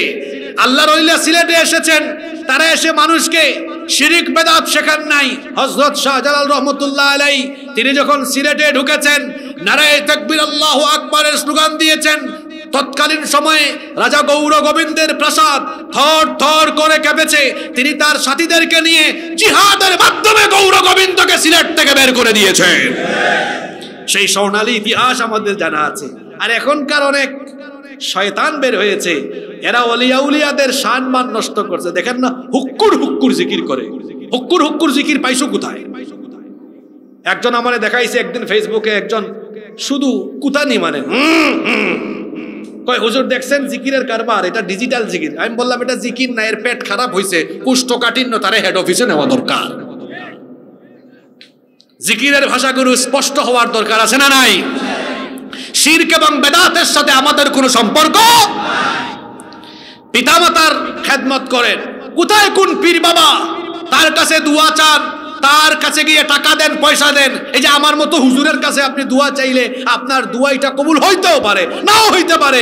কাবা শরীফের ইমামের কাছে দোয়া চাইলে এটা কবুল হইতে পারে, নাও হইতে পারে। কিন্তু পিতামাতার কাছে দোয়া চাইলে, দোয়া করলে 100 ভাগ আল্লাহর দরবারে কবুল হয়ে যায়। সুবহানাল্লাহ। এজন্য আমরা খেদমত করব কার? জোরে বলেন, খেদমত করব কার? পিতামাতার খেদমত যারা করে না, আব্বা আম্মাকে যারা কষ্ট দেয়, এই পাপের শাস্তি বাকি না নগদ? কষ্ট হচ্ছে নাকি? বাজি অকল মুখ দিয়া হতা বাইন নইব, কষ্ট হচ্ছে নাকি আপনাদের? মোনাজাত দিয়ে দিব। কয়টা পাপের কথা বলেছি? 2টা। 1 জুলুম, 2 পিতামাতার অবাধ্য হওয়া, 3 নাম্বার হচ্ছে কোন মুসলমানকে বেইজ্জত করা, কোন মুসলমানকে অপমান করা, কোন মুসলমানের দোষ ত্রুটি তালাশ করে তারপরে তাকে বেইজ্জত বানায় দেওয়া। যদি আপনি কোন মুসলমানকে অপমানিত করেন, যদি আপনি মুসলমানকে বেইজ্জত করেন, মরার আগে আল্লাহ আপনাকে বেইজ্জত বানায়া ছাড়বেন। খুব খেয়াল করে শুনেন। আব্দুল্লাহ ইবনে আমর রাদিয়াল্লাহু আনহুমা, হাদিসের বর্ণনাকারী সাহাবী, তিনি বলছেন সাইদা রাসূলুল্লাহ, সকলে পড়েন সাল্লাল্লাহু আলাইহি ওয়াসাল্লাম আল মিম্বার, আল্লাহর রাসূল মিম্বরে আরোহণ করলেন। ফানাদা বিসাউতির রাফি'। শুনেন, বক্তৃতার একটা আর্ট হলো, কখনো কখনো নরম সুরে সফট ভয়েসে কথা বলা, কখনো কখনো আবার গলার আওয়াজকে বড় করে বড়া গলায় কথা বলা, কখনো একটু রাগান্বিত হয়ে চক্ষুকে লাল করে বাতিলের সামনে কথা বলা। এই বক্তৃতার আর্টগুলো পাওয়া যায় যার জীবনী থেকে। তিনি হচ্ছেন মুহাম্মদ সাল্লাল্লাহু আলাইহি ওয়াসাল্লাম। কেন এই কথাগুলো বললাম? এই হাদিসে এসেছে আল্লাহর নবী কথাগুলো যখন বলেছেন ফানাদা বিসাউতির রাফি', এই হাদিসের বর্ণিত কথাগুলো বলার সময় আল্লাহর নবীর গলার আওয়াজকে তিনি বড় করে দিয়েছেন। একটু আগে দেখছেন না, আমি খুব বড় গলায় কথা বলছি, কখনো কখনো নরম করে বলি, কখনো গরম করে বলি। এগুলো রসুলের সুন্নত। স্বাভাবিকভাবে আল্লাহ রসুল মুচকি হেসে খুব সুন্দর শব্দ চয়নে মার্জিত ভাষায় কথা বলতেন, এটা তার স্বাভাবিক ধরন। আবার হাদিসে পাওয়া যায় কখনো কখনো তিনি এত রাগান্বিত হয়ে কথা বলতেন তার চেহারা লাল হয়ে যেত। আবার কখনো কখনো তিনি উঁচু গলায় কথা বলতেন, কখনো এক কথা একবার না 3 বার বলতেন। গুরুত্বপূর্ণ কথা রসুল কয়বার বলতেন? 3 বার বলতেন।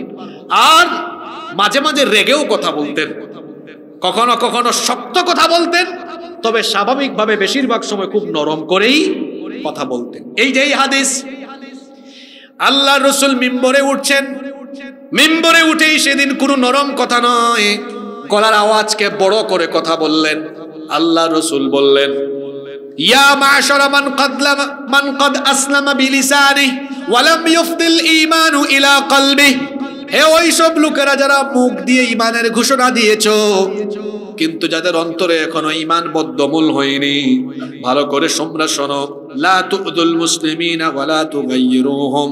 কোন মুসলমানকে আঘাত করো না, কষ্ট দিও না, তাদেরকে শরমে ফেলে দিও না। ওয়ালা তাত্তাবিউ আওরাতিহিম।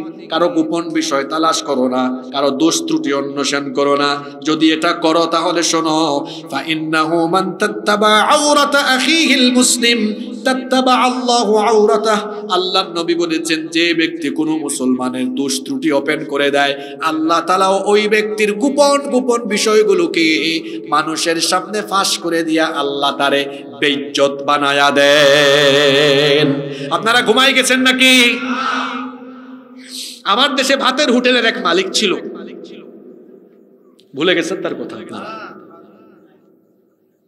এই ভাতের হোটেলের মালিক বহু আলেমদেরকে অপমান করেছে। আমার দেশে এক ছোট্ট হুজুর আছে, ছোটখাটো হুজুর, রফিকুল ইসলাম, মৌলানা রফিকুল ইসলাম। উনি ওনার ফেসবুক স্ট্যাটাসে একবার লিখেছিল, হয়তো আপনারা অনেকে দেখছেন, কি করে তাকে রাতের বেলা ঢাকায় একটা রাস্তার মধ্যে নিয়ে গিয়ে উলঙ্গ মহিলা এনে, আপনারা এটা শুনছেন কিনা? হ্যাঁ, এটা উনার কথাটাই আমি কোট করছি। উনি বলছেন, আমাকে রাতের বেলা নিয়ে গিয়ে উলঙ্গ মহিলা এনে ফটোশুট করছে আর বলছে রিমান্ডে যা বলবো জি হুজুর করতে হবে, না বললে এই ছবিগুলো সব কি করে দিব। এই নাটক যে প্রযোজনা করেছে, আমি এত নিচে নামতে পারবো না, শুধু ইঙ্গিত দিয়ে বললাম, সেই ভাতের হোটেলের মালিকের সবকিছু আল্লাহ সোশ্যাল মিডিয়ায় মানুষের চোখের সামনে দিয়ে আল্লাহ তারে বেইজ্জত বানায় দিয়েছে। এটা আমার চাচারা ভালো জানবেন না, ওরা তো ফেসবুক চালায় না। কিরে যুবকেরা কথা কও না কেন? তার সবকিছু আল্লাহ দেখাই দিছে না? তোমরাও দেখছো নাকি? বেশি এগুলা দেখো না, সব জিনিস দেখতে হয় না। আমরা শুনছি, তোমরাও শুনেই খুশি থাকো। এটা আল্লাহ এভাবেই করেন। আপনি কাউরে বেইজ্জত করবেন, আল্লাহ আপনাকে বেইজ্জত করবেন। আজকে আলোচনার বিষয় এটা, এমন পাপ যেই পাপের শাস্তি বাকি না, টাটকা। জোরে বলেন টাটকা।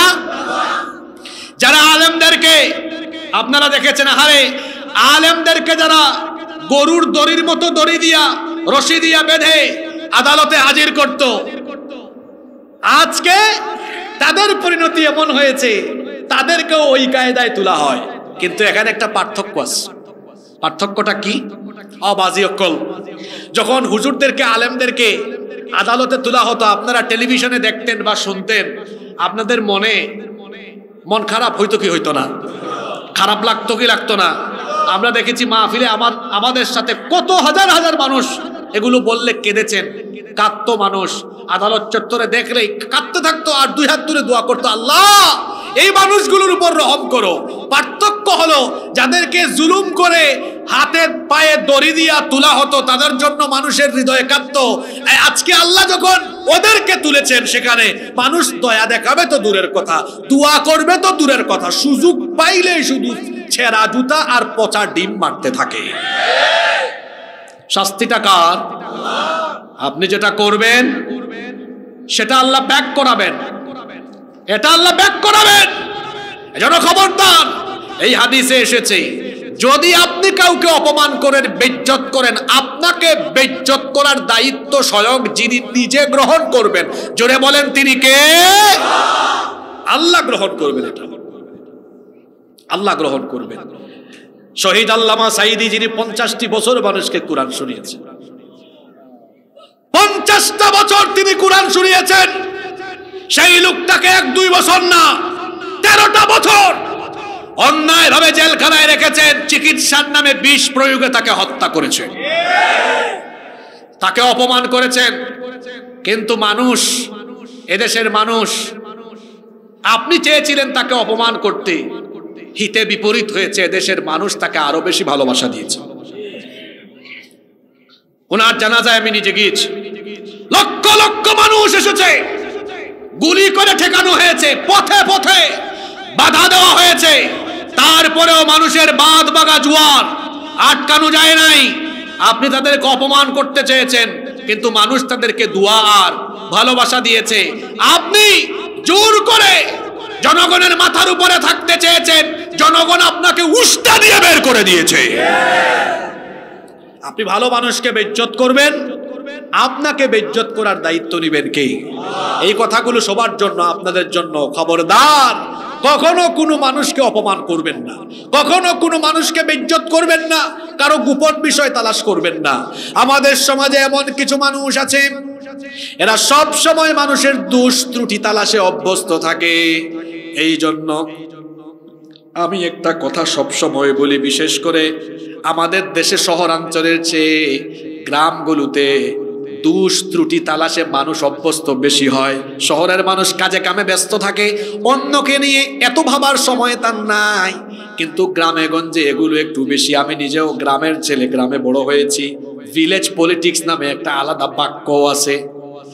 আমার দেশে প্রতিটা গ্রামে গ্রামে মোট 3টা পার্লামেন্ট আছে। জোরে বলেন কয়টা? দেখেন তো আপনাদের এলাকায় এগুলো আছে কিনা জানি না, কিন্তু অনেক এলাকায় প্রতি গ্রামে 3টা পার্লামেন্ট।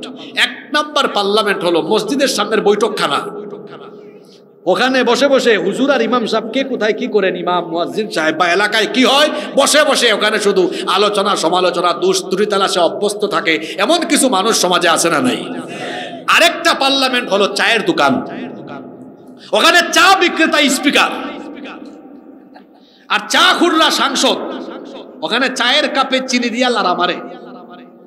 চা গরম হলো, চা খুররা চা পান করতে করতে গোটা এলাকায় কি হয় সেখানে তারা আলোচনা সমালোচনার ঝড় উঠায়।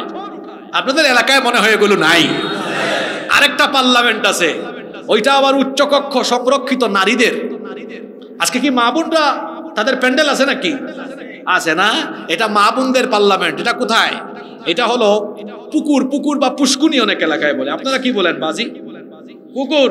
ওই পুকুরে এক বাড়ি বা দুই তিনটা বাড়ির নারীরা থালা বাসন ঘষতে যায়, মাজতে যায়। ওখানে বসে বসে তারা কে কি করলো সেখানে তারা আলোচনা সমালোচনা করে। আর কথায় আছে দুই তিন নারী একসাথে হইলে খবর আছে।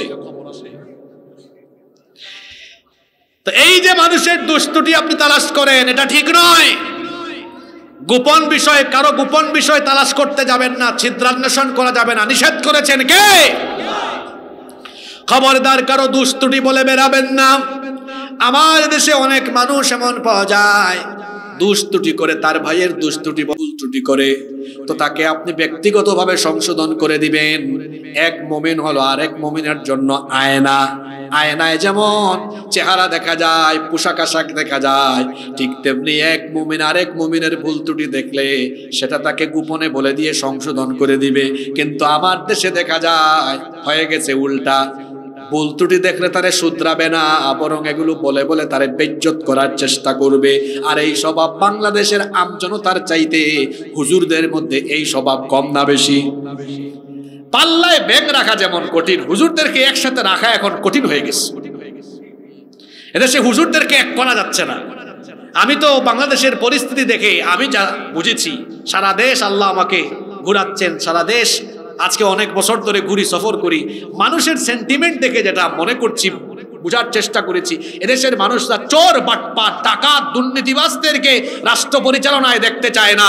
এদেশের মানুষ রাষ্ট্র পরিচালনায় আলেমদেরকে দেখতে চায়। কিন্তু আলেমরা তো এক হইতে পারতেছে। ওই যে 3-4 দিন আগে ঢাকায় সোহরাওয়ার্দী উদ্যানে কাদিয়ানীদেরকে কাফের ঘোষণার দাবিতে একটা মহাসমাবেশ হয়েছে। আপনারা দেখছেন কিনা? এটা শুনছেন না আপনারা? আমি তাদের দাবির সাথে একমত, কিন্তু তাদের সিস্টেমের সাথে দ্বিমত। সিস্টেমের সাথে কেন দ্বিমত? যে সিস্টেমে তারা চাইতেছে এটা ইসলামের সিস্টেম নয়। কড়া ভাষায় বলছে এটা ইসলামের সিস্টেম নয়। কারণ হলো 54 বছর ধরে বাংলাদেশে বিভিন্ন দল ব্যক্তি ক্ষমতায় এসেছেন গিয়েছেন, কিন্তু বাংলাদেশে মুসলমানের সংখ্যা কম না বেশি? কাদিয়ানীরা এই দেশে থাকতে পারবে না এটা তো আমরা কেউ বলি নাই। তারা এই দেশে থাকতে পারবে কিন্তু মুসলমান পরিচয়ে থাকতে পারবে না। এদেশে অমুসলিমরা যেভাবে থাকে এরাও এভাবে থাকবে, আমাদের কোনো আপত্তি নাই। কিন্তু এদেরকে কেউ অমুসলিম ঘোষণা করেনি, আমি বলে গেলাম, ভবিষ্যতে কেউ করবেও না। আমি কেন তাদের দাবির সাথে একমত হলেও সিস্টেমের সাথে একমত না, এবার সেটা বলি। আল্লাহ তাআলা কুরআন শরীফে যত জায়গায় ইসলামের ব্যাপারে, সৎ কাজের এবং অসৎ কাজের ব্যাপারে বলেছেন, তত জায়গায় আল্লাহ সৎ কাজের ব্যাপারে আদেশ করতে বলেছেন, অসৎ কাজের নিষেধ করতে বলেছেন। এখন আপনারা আমাকে বলেন, আলেমরাও আমাকে একটু সহযোগিতা করেন।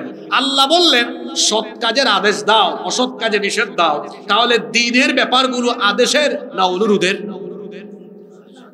বলেন, দ্বীনের ব্যাপারগুলো আদেশের না অনুরোধের?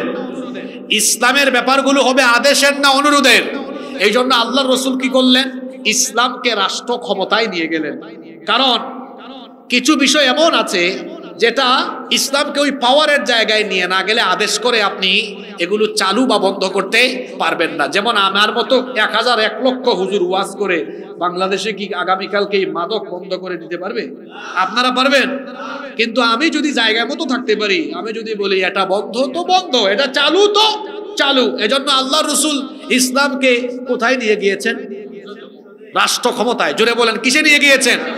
আমাদের হুজুররা আমরা কি করলাম? আরে বাপরে বাপ, 10-12 দলের হুজুর একত্রিত হইয়া তারা দাবি করে কার কাছে? যেই লোকগুলো বলে ইসলামের ভিতর কোনো রাজনীতি, যারা বলে ইসলামের নামে যারা রাজনীতি করে এরা ধর্ম ব্যবসায়ী। আপনাদের মতো হুজুররা গায়রত ব্যক্তিত্ব ছেড়ে দিয়ে তাদের কাছে ধরনা দিয়েছেন। আমাদের পূর্বপুরুষদের সোনালী ইতিহাস আমরা জানি, তারা কখনো কোনো নেতা খেতার কাছে যেতেন না, বরং তারা তাদের জায়গায় থাকতেন, নেতা খেতারা তাদের দরবারে আসা লাগতো। আজকে সিস্টেম উল্টা হয়ে গেছে। এখন যাচ্ছে ডেকে এনে বলতেছে অনুরোধ করছি আপনারা সুযোগ পাইলে আমাদের দাবিটা পূরণ করবেন। আল্লাহ বলেছেন ইসলামের ব্যাপার অনুরোধের নয়, কিসের হবে? কথা বলেন না কেন? আমরা খুশি হতাম যদি দুই দিন আগে যদি সোহরাওয়ার্দী উদ্যানে সকল দল মতের আলেম উলামা আর সকল দল মতের পীর মাশায়েখ একত্রিত হয়ে বলতেন মৌলিকভাবে আমাদের মধ্যে ভেদাভেদ আছে, এটা থাকুক, অসুবিধা নাই, কিন্তু দ্বীনের স্বার্থে আমরা সবাই এক হয়ে গেলাম। হ্যাঁ, বাংলাদেশের মানুষ 54 বছর ধরে এদেশে কাদিয়ানীদেরকে অমুসলিম ঘোষণা করা হয়নি, আমরা দাবি জানিয়ে জানিয়ে ক্লান্ত হয়ে গিয়েছি। এখন আমরা চাই, আমরা কারো কাছে আর দাবি জানাবো না, অনুরোধ করব না, আদেশের জায়গায় আমরা যেতে চাই। আমরা এক হয়েছি, সেখানে আমাদেরকে পাঠান। যদি এই কথা একবার শুধু আলেমরা ঘোষণা দিতেন, 1 ঘন্টার মধ্যে বাংলাদেশের মানুষ এদেশের রাষ্ট্র ক্ষমতা চোখ বন্ধ করে আলেমদের হাতে তুলে দিত। যেটা বলা দরকার এটা কয় না, অনুরোধ করে। যাদের কাছে অনুরোধ করছেন এই জমিন থেকে বলে গেলাম, এরা এই সুযোগ মতো কুলে তুলে তারপর আছাড় মারবে। বুঝতে ভালো, না বুঝতে আমার কিছু করার নাই। বলে গেলাম, আপনি এখনো আপন চিনেন নাই, পর চিনেন নাই। মনে রাখবেন, এক টুপিওয়ালাই আরেক টুপিওয়ালার আপন হয়, এক আলেমই আরেক আলেমের আপন হয়। আপনি সামান্য বিষয় নিয়ে এত হিংসা আমাদের, আমরা কাউকে পাশেও বসতে দেই না, এরকম আছে না নাই?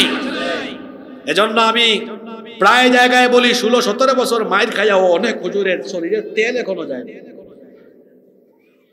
তারা টুপি দিয়া ভাগ করে, এই ওনারা কেন আনছো, কেন ওনার আকিদা খারাপ, তমুককে আনছো কেন, আকিদা খারাপ।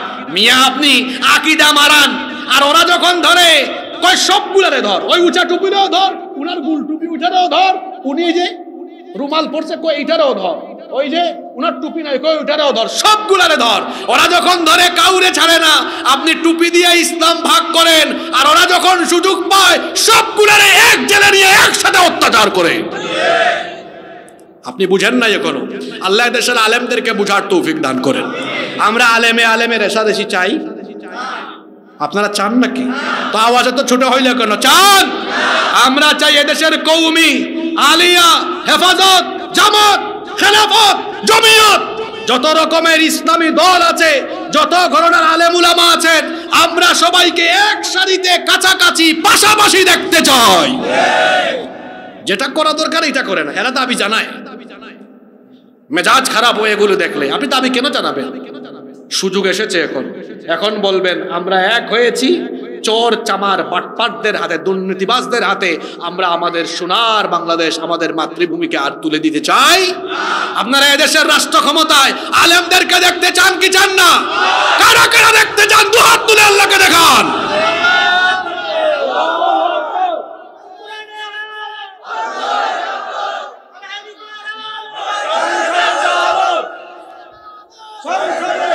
আল্লাহ সবার হাতগুলোকে কবুল করেন।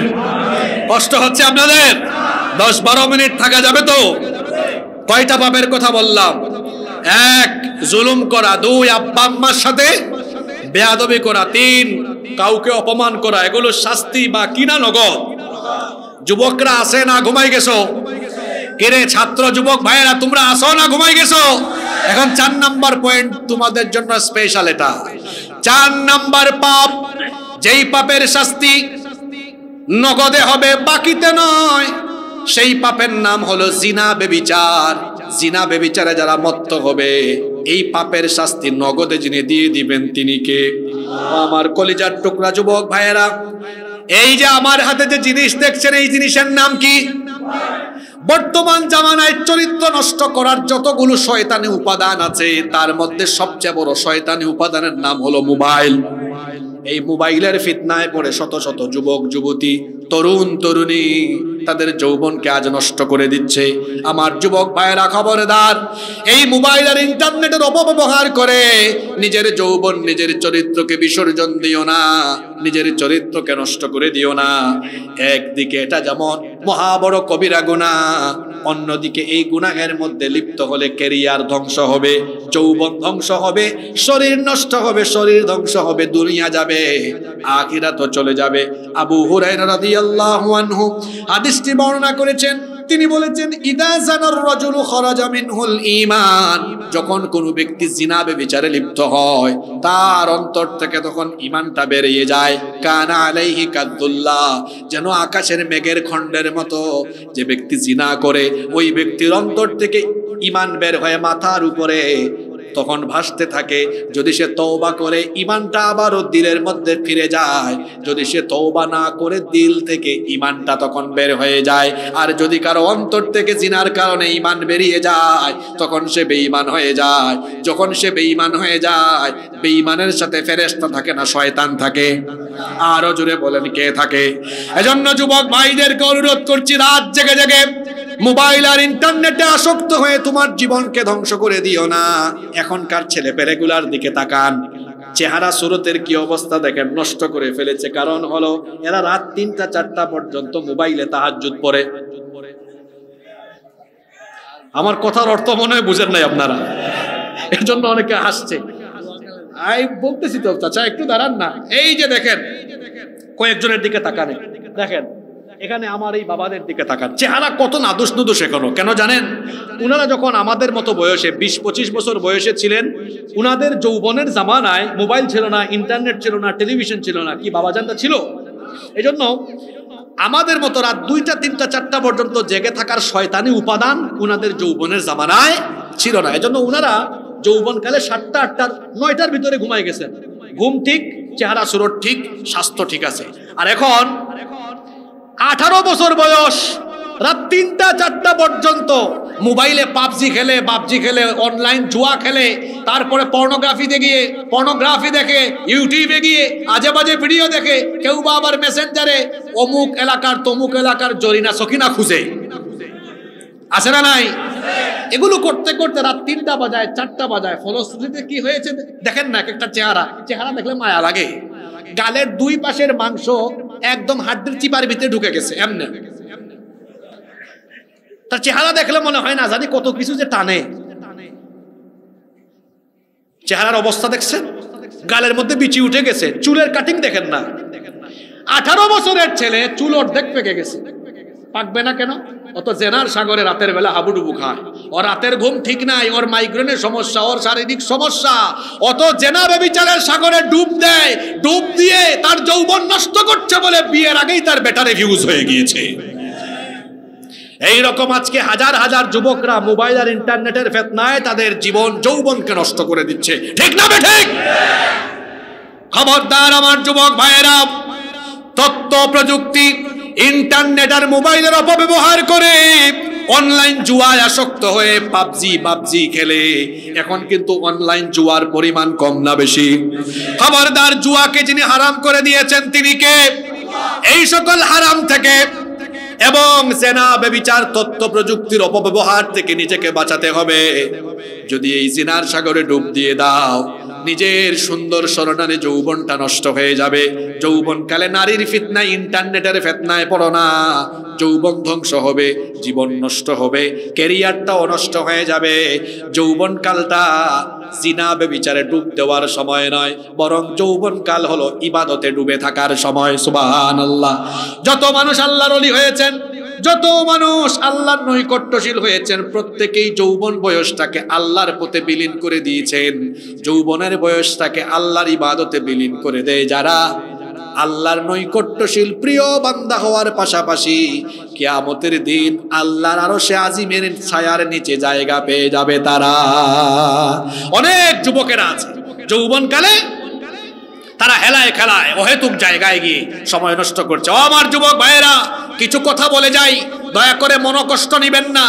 আপনাদেরকে অনেক নেতা খেতা টার্গেট করে তার ক্ষমতায় যাওয়ার জন্য তার স্বার্থ সিদ্ধি করার জন্য আপনার পকেটে 1500 টাকা, কিংবা আপনাকে লোভনীয় প্রস্তাব দ্বারা সে আপনাকে আপনার কাছে নিয়ে যায়, আপনাকে ইউজ করে তার সামনে পিছনে মোটরসাইকেল শুডাউন করায়া সেইভাবে করে আপনার যৌবনকে ইউজ করে সে তার স্বার্থ সিদ্ধি করে, তার স্বার্থ হাসিল হয়ে গেলে আপনাকে চিনে না। ও আমার ভাইয়েরা, আপনার শ্রম, আপনার ঘাম, আপনার যৌবন কি আপনার নেতার দেওয়া না আল্লাহর দেওয়া? জোরে বলেন, কার দেওয়া? এই যে আমি কথা বলছি, আমার শরীর থেকে ঘাম বের হচ্ছে, আমাকে তো কেউ আব্বা ডাকলেও তার সামনে পিছনে চামচার মতো ব্যবহার করাতে পারবে না। তার কারণ হলো আমার শরীরের প্রতি ফোঁটা ঘাম মহামূল্যবান। আমার ঘাম, আমার শ্রম, আমার শক্তি, আমার সামর্থ্য, আমার তারুণ্য, আমার যৌবন, এটা কোনো নেতা নেত্রীর চামচামি করার জন্য দেওয়া হয় নাই, বরং আমার রক্ত, আমার ঘাম, আমার শ্রম, আমার শক্তি, আমার সামর্থ্য, আমার তারুণ্য আর যৌবন দেওয়া হয়েছে আল্লাহর জমিনে আল্লাহর দ্বীন কায়েমের জন্য। এজন্য শরীরের ঘাম, শ্রম, শক্তি, সামর্থ্য, এই যৌবন জীবন যদি কোথাও দিতে হয় কুরআন ওয়ালাদের সাথে, আলেম উলামাদের সাথে, যারা আল্লাহর জমিনে আল্লাহর দ্বীন, রাসূলের সুন্নাত কায়েম করতে চায়, তাদের সাথে আমরা আসি না নাই? কোথায় যাও? ও যুবক ভাইয়েরা, কোথায় যাও? কোন দিকে দৌড়াও? ফিরে আসো আল্লাহর কালামের দিকে। যেখানে সেখানে যত্রতত্র নিজের জীবন যৌবন উৎসর্গ করো না। মনে রেখো, সৎ সঙ্গে স্বর্গবাস, অসৎ সঙ্গে। এক লোক আতরের দোকানে ঢুকেছে, কিন্তু আতর কিনে নাই। আতরের দোকানে 10-15 মিনিট ছিল, বের হওয়ার পরে গায়ে আতরের গন্ধ হবে কি হবে না? আরেক লোক বিড়ি সিগারেট খায় না, কিন্তু ভুল করে বিড়ি ঘুরের সাথে হাত মিলাইছে। হাতে কিসের গন্ধ? এই উদাহরণ কেন দিলাম? আতরের সাথে থাকলে যেমন আতরের ঘ্রাণ হয়, বিড়ি ঘুরের সাথে থাকলে বিড়ি ঘুরের ঘ্রাণ হয়। ও যুবক ভাইয়েরা, হয় আলেম হও, নইলে আলেমের ছাত্র হও, নইলে আলেমের সাথী হও, বন্ধু হও, তাহলে তাদের আখলাকের প্রভাব, আসর নিজের উপরে পড়বে। দয়া করে মদখোর, জুয়াখোর, চোর, ডাকাত, চাঁদাবাজ, সন্ত্রাস, ইসলাম বিরোধী বেনামাজি কারো সঙ্গী সাথী হয়ও না। কথা বোঝা যায় নাকি যায় না? এজন্য আলেমরা আছে যেদিকে, আমরা আছি কোরআন হাদিস যেদিকে, আমরা আছি কোরআন হাদিস নাই যেদিকে, আমরা আছি আমরা আছি সেদিকে। আমরা নাই, আল্লাহ আমাদেরকে আলেমদের সাথী বানায় দাও। কষ্ট হয়ে যাচ্ছে মনে হয় আপনাদের? আর একটা পয়েন্ট বলছি, নাম্বার 5, 5 নাম্বার যে পাপের শাস্তি বাকিতে নয়, টাটকা, সেটা হলো হারাম পন্থায়, অবৈধ পন্থায় হারাম উপার্জন বা হারাম খাওয়া। যারা হারাম খায়, হারামখোর, এদেরকে পরকালে শাস্তি দেওয়ার আগে দুনিয়াতে টাটকা নগদ শাস্তি যিনি বুঝায় দিবেন, জুড়ে বলেন তিনি কি? এই জন্য খবরদার, অবৈধ পন্থায়, অবৈধ উপায়ে, হারাম পন্থায় কখনো হারাম রিজিক গ্রহণ করা যাবে না, হারাম খাওয়া যাবে না। কারণ যারা হারামখোর, যারা হারাম খায়, এদেরকে আল্লাহ দুনিয়াতে নগদে শাস্তি দিয়ে দেন। আর হারামখোর যারা, এদেরকে মনে রাখা দরকার, হারাম খুনের কোন ইবাদত আল্লাহর দরবারে কবুল। হাদিস শরীফে এসেছে, বুখারীর হাদিস, আল্লাহর নবী বলেছেন, ইন্নাল্লাহা তাইয়্যিব, নিশ্চয়ই আল্লাহ পবিত্র, লা ইয়াকবালু ইল্লা তাইয়্যিবা, পবিত্র ছাড়া তিনি কোনো জিনিস গ্রহণ করেন না। যারা হারামখোর তারা পবিত্র জিনিস খায় না, অপবিত্র জিনিস খায়। আরো জোরে বলেন, পবিত্র না অপবিত্র? হারামখোররা পাক না নাপাক? আরো জোরে বলেন, পাক না নাপাক? সুদ কি পাক না নাপাক? সুদ কি হালাল না হারাম? ঘুষ কি হালাল না হারাম? দুর্নীতি কি হালাল না হারাম? চুরি করা হালাল না হারাম? ডাকাতি করা, দুর্নীতি করা হালাল না হারাম? খবরদার, অবৈধ পন্থায়, অবৈধভাবে সুদ, ঘুষ, অন্যায়, অবিচার, চুরি, ডাকাতি, অবৈধ পন্থায়, হারাম পন্থায় উপার্জন করে যারা হারাম রিজিক খায়, 1 নাম্বার যে ফল তারা ভোগ করবে, এদের কোনো ইবাদত এবং দোয়া আল্লাহর দরবারে কবুল হবে। আল্লাহর দরবারে যেভাবে তাদের ইবাদত বন্দেগী এবং দোয়া মোনাজাত কবুল হবে না, তার পাশাপাশি দুনিয়ায় এরা সুখ শান্তি পাবে না। হারামখোরদেরকে আল্লাহ নগদে শাস্তি দিবেন, অনেক রকমের শাস্তি হতে পারে। হারামখোররা তাদের জীবনকে উপভোগ করতে পারবে না। এদের জীবনে বালা মুসিবত দুঃখ দুর্দশা দিয়ে জীবনটাকে অশান্তিতে যিনি ভরপুর করে দিবেন তিনি কে? আমার কথাগুলো সমাজে মিলায় দেখবেন, অনেক হারামখোরের টাকা আছে হয়তো, কিন্তু জীবনে শান্তি নাই। টাকা দিয়ে শান্তি পাওয়া যায় না, শান্তি যিনি দেন জুড়ে বলেন তিনি কে? দেখবেন অনেক মানুষ অল্প টাকা উপার্জন করে রাতের বেলা ঘুমাতে পারে, আবার অনেককে দেখবেন অনেক টাকা আছে কিন্তু রাতের বেলা ঘুমাইতে পারে না। কই হুজুর টেনশনে ঘুম আসে না। তোর ঘুম আসবে কেমনে? কারণ তুই তো মানুষের উপর জুলুম করে হারাম খাস। তো হারামখোরের ঘুম যিনি কেড়ে নিবেন তিনি কে? হারামখোরের এত টাকা, দুপুর বেলা খাবারে বসেছে, সামনে হলো 20-30 আইটেম। কই হুজুর খাইতে তো পারি না, মুখের মধ্যে রুচি নাই। এই হারামখোর তোর রুচি থাকবে কেমনে রে? তুই তো কত মানুষের মুখের খারাপ খাবার কেড়ে নিয়েছিস, এই জন্য তোর মুখে তোর মতো হারামখোরের জিহ্বার স্বাদ আল্লাহ কেড়ে নিয়েছেন। এই খাবারগুলো রিকশাওয়ালারে দিয়ে দেখেন, একদম সফা করে ফেলবে। তার মুখে এত রুচি থাকবেও না, সব খায় ফেলবে। আরে হারামখোর খাইতে পারে না, আছে না নাই? আর হারামখোরদের আমি একটা উদাহরণ দেই। সাদা কাপড়ে দাগ লাগলে দেখা যায় কি যায় না? ঠিক তেমনি মানুষ যখন গুনাহ করে, গুনার একটা চিহ্ন তার চেহারায় ফুটে ওঠে। যারা হারামে লিপ্ত চেহারা দেখলেই বোঝা যায়। দেখবেন অনেক মানুষ আছে অল্প পয়সা উপার্জন করে, আমার ইমাম সাহেব ভাইয়ের দিকে তাকায় দেখেন, অল্প স্বল্প পায়, কিন্তু দেখা যায় বা আরো অনেকে আছে হালাল পথে চলতেছে, লোকটার চেহারা কালো, কিন্তু কালোর মধ্যে আলো আছে, চেহারায় মায়া মায়া লাগে।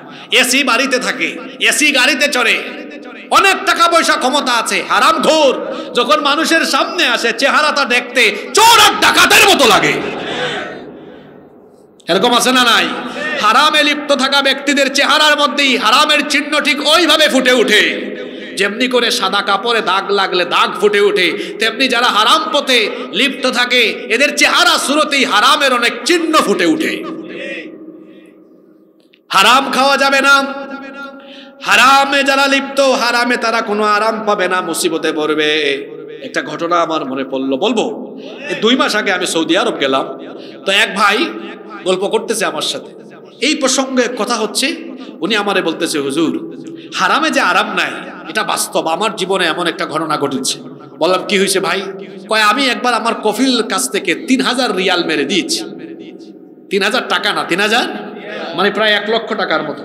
এই টাকাটা মেরে দিয়ে আমি বাসায় আসছি, সাথে সাথে ফোন আসছে আমার আব্বা হাসপাতালে গিয়েছেন, আর এমন কঠিন অবস্থা, এখনই অপারেশন লাগবে, বিভিন্ন রকম টেস্ট অপারেশন আর সকল খরচ সহ এই মুহূর্তেই 3 লাখ টাকা পাঠাইতে হবে। আমি তো মাথায় হাত দিয়া বললাম, হায় হায় হায়, মারলাম 1 লাখ, গজব পড়ছে কয় লাখ? কয় গুণ বেশি? 2 গুণ। কয় গুণ? দেখছেন হারামে কোনো আরাম।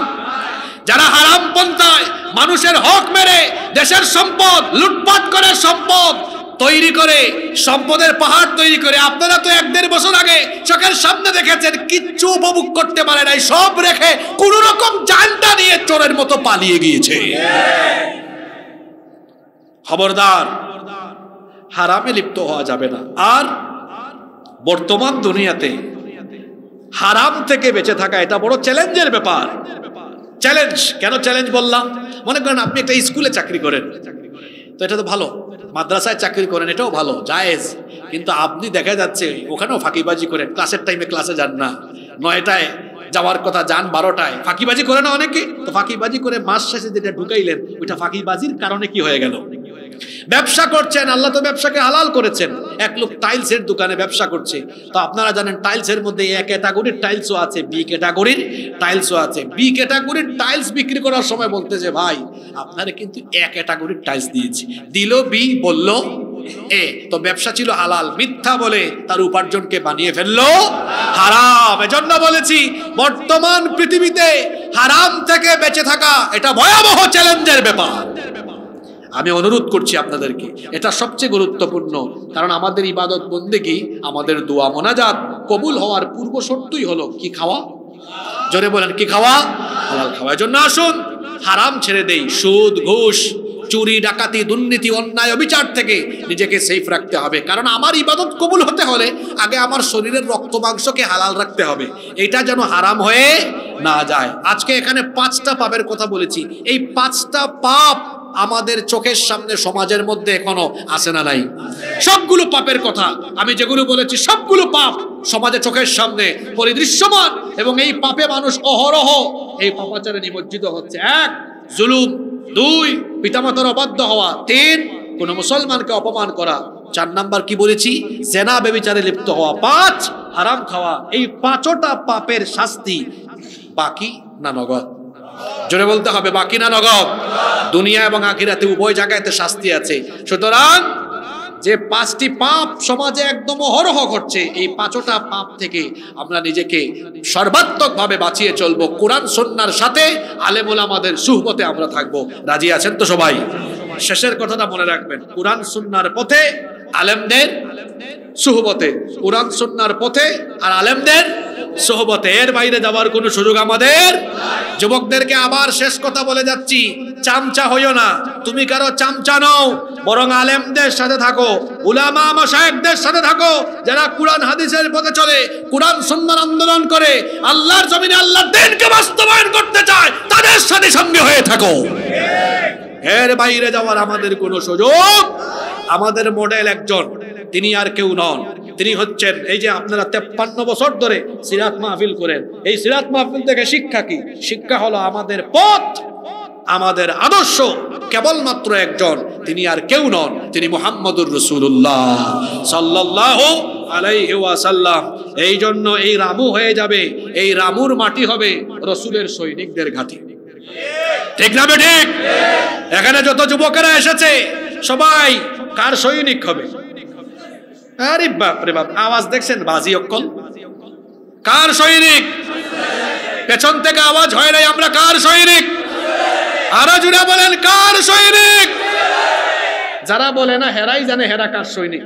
তবে আমি কোরআন শরীফ থেকে বলে যাই, আল্লাহ বলেছেন আল্লাযীনা আমানু ইউকাতিলুনা ফি সাবিলিল্লাহ, যারা ঈমানদার তারা তাদের সংগ্রাম শক্তি সামর্থ্য ব্যয় করে কার পথে? কথা বলাও শক্তি লাগে, মিছিল দেওয়াও কি লাগে?